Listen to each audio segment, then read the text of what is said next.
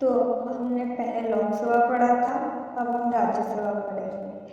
तो जैसे हमने लोकसभा पढ़ने से पहले एक स्टोरी सुनी थी, उस तरह हम राज्यसभा पढ़ने से पहले भी एक स्टोरी सुनेंगे। तो सुनिए स्टोरी।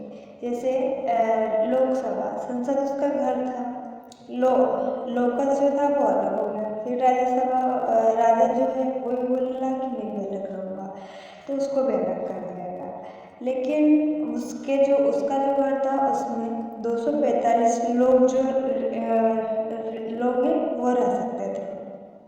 तो वो बोलता है कि मैं एरे गिरे को तो नहीं रखूँगा, जैसे लोकस ने करा है वैसे मैं करूँगा। लेकिन वो बोलता है कि मेरे घर में रहने के लिए जो लोग हैं उनकी योग्यता है। जैसे लोकस ने जितने भी नियम रखे हैं वो सब नियम, लेकिन लोकस जो है वो बोलता है कि मैं 25 साल वालों को मेरे घर में रखूँगा। लेकिन राजा जो बोलता है वो बोलता है कि मैं 30 साल वाले लोगों को मेरे घर में रखूँगा। उसने यही सब कुछ बोला। और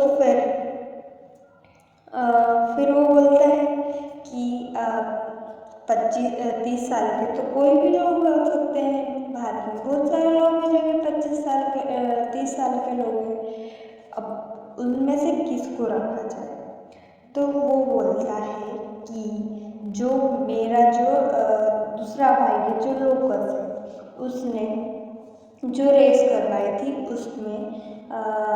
उसमें जो है उसने 545 सदस्य जो थे उनके द्वारा ही जो 245 सदस्य जो चुने जाएंगे, मैं उन सदस्यों को रखूँगा। उसमें से भी 233 सदस्य जो है वो राज्यों से, और जो 28 राज्य हैं उनसे, और जो 12 सदस्य को केंद्र शासित प्रदेशों से रखूँगा। केंद्र शासित प्रदेशों जो कि राष्ट्रपति नियुक्त करता है, मैं उनको रख लूँगा।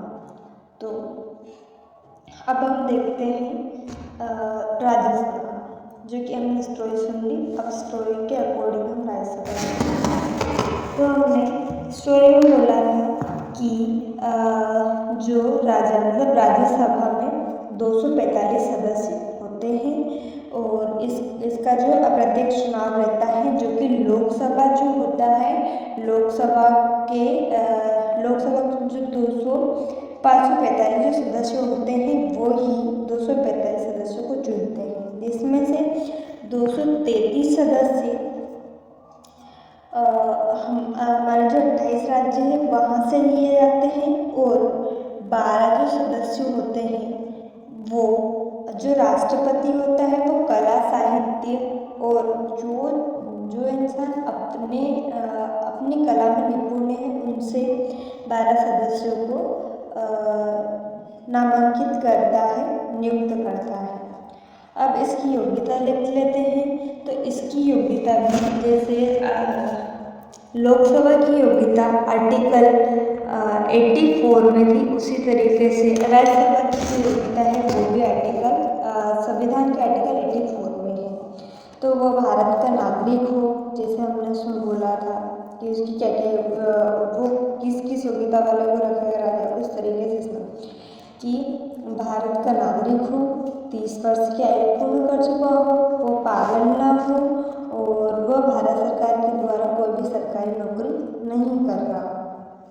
फिर हम देखें तो जो राज्यसभा का जो कार्यकाल होता है, राज्यसभा के सदस्य उनका जो कार्यकाल होता है वो 6 वर्ष का होता है।